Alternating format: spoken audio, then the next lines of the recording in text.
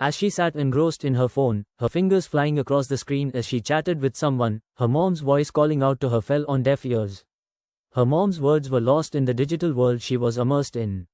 Suddenly, her mom's stern voice pierced the air. "Hey, aren't you listening to me?" She looked up, startled, to see her mom standing with a mixture of annoyance and concern etched on her face. It turned out that her mom had been trying to get her attention because a family had arrived to rent their spare room. As she looked up, she noticed a young person standing outside their home, waiting to be attended to. Her mom's scolding had brought her back to reality, and she quickly composed herself to attend to their new guests. As he stood by the roadside, he couldn't help but notice two girls walking to college. Suddenly, Shruti appeared and invited him to follow her, saying, "Come, I'll show you around the house." As they walked together, Shruti couldn't help but feel that there was something odd about the young boy. She asked him, "So, you're the one who's going to stay here?" He replied affirmatively. Shruti asked another question, "Are you the only one staying here?" The boy replied, "No, my father and I will be staying here. He was transferred here recently, and we were lucky to find this rental house." Shruti's curiosity got the better of her, and she asked, "What about your mother?" The boy's expression turned somber, and he replied, "She passed away when I was 12 years old." Shruti's expression softened, and she apologized, "Sorry to hear that." As they entered the house, Shruti gave him a tour, pointing out the different rooms and amenities. After the tour, she bid him farewell, leaving him to unpack his luggage. As he unpacked, he couldn't help but gaze out the window, lost in thought. Shruti's fingers flew across her phone's keyboard as she chatted with Akash, a guy she had met online a few months ago. Initially, their conversations revolved around cinema and politics, but over time, they had grown incredibly close. Now, they shared every detail of their lives with each other. Shruti's day didn't feel complete without their daily chats. As she typed away, she shared with Akash about the new rental guy who had moved into her home. "Today, this guy came to stay in my home," she typed. "He looks kinda crazy." Akash replied with a teasing tone, "Niece, now you have a friend in your home."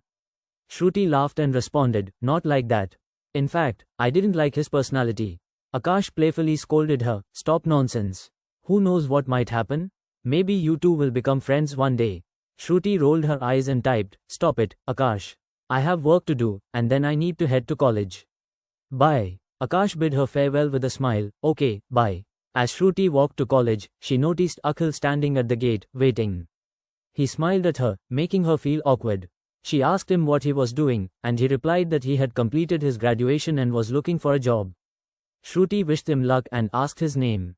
He introduced himself as Akhil. She sighed, and they exchanged a brief conversation before she hurried off to college. That evening, Shruti messaged Akash, but he didn't respond. She grew anxious, wondering why he wasn't replying. After a few minutes, Akash finally responded, saying he was in the shower. Shruti filled him in on her encounter with Akhil, and Akash teased her about knowing the rental guy's name. Shruti explained that Akhil had asked for her help in finding a job.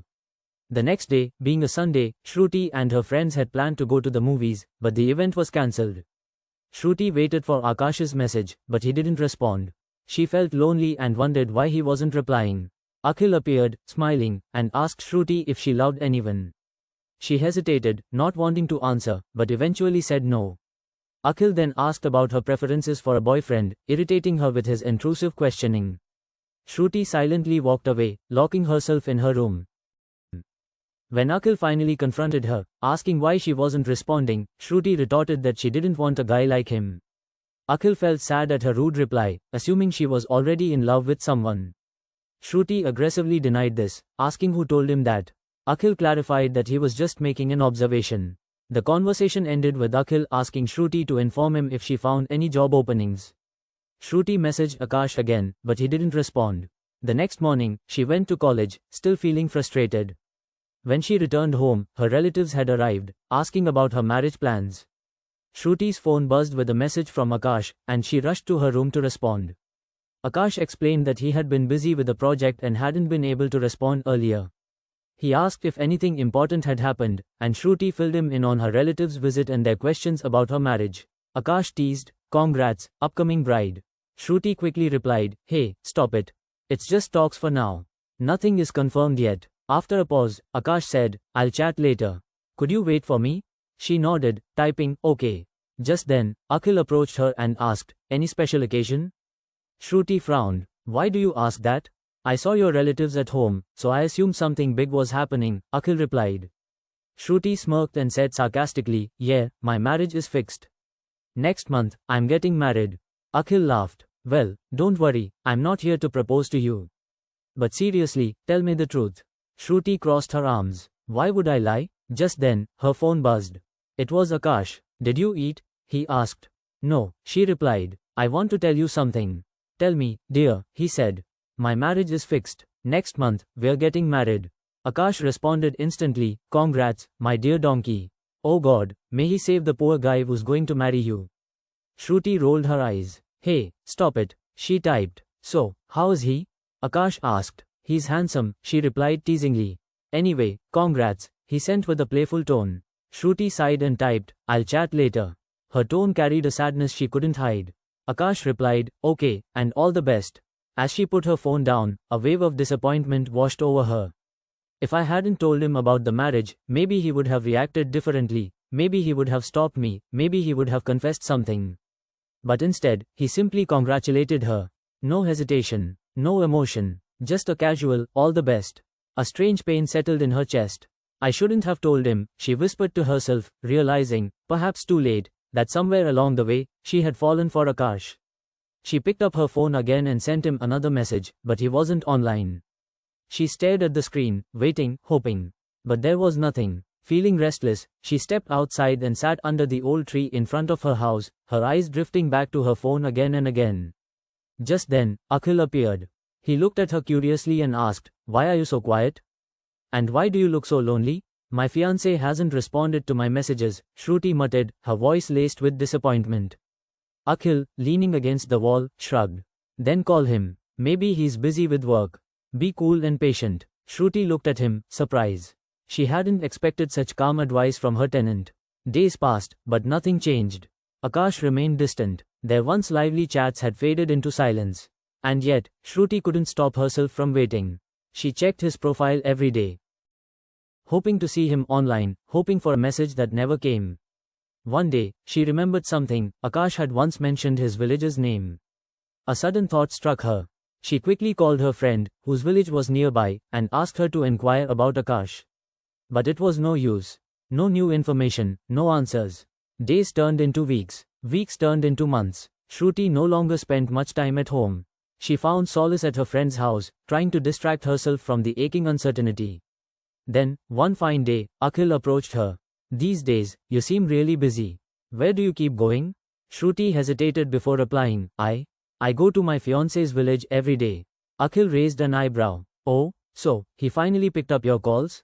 She lowered her gaze, feeling exposed. I already told you everything, she murmured.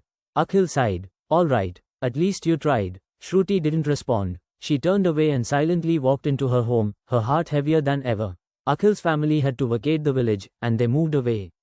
A few days later, Shruti found herself unconsciously searching for Akhil. When she asked her mother about him, she was told that the tenant had left. That irritating fellow is finally gone, she muttered, pretending not to care. But she never stopped checking Akash's profile, still waiting, still hoping. One day, her friend invited her to a wedding, but Shruti wasn't in the mood to attend. However, later, when she glanced at the wedding invitation, she noticed something. The venue was in the same village as Akash's. A sudden thought struck her. If I go, I might finally find Akash. With newfound excitement, she decided to attend the wedding. On the wedding day, she arrived at the venue, scanning the crowd for any sign of Akash. Every time someone called out the name, Akash, her heart leaped, only to be met with disappointment. Her friend noticed her restlessness and asked, why don't you give me Akash's photo? If we see him, we'll tell you. Shruti hesitated. She had never seen his face, not even online. He had never shared a picture. After the wedding, it was time to leave. As she boarded the bus, her eyes suddenly caught sight of a familiar face, Akhil's father, the tenant who had once lived in her home. She froze but chose to ignore him. The bus started moving, and soon, heavy rain poured down.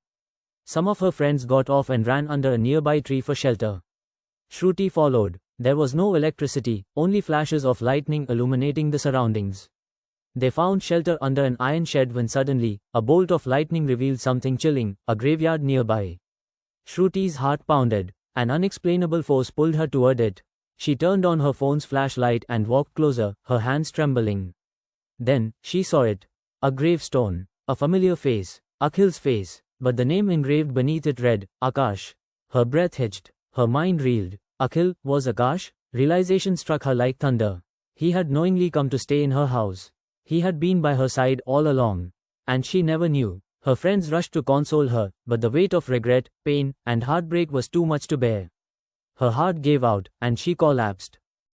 Shruti's friends rushed to her side, trying to console her as she collapsed near Akash's grave.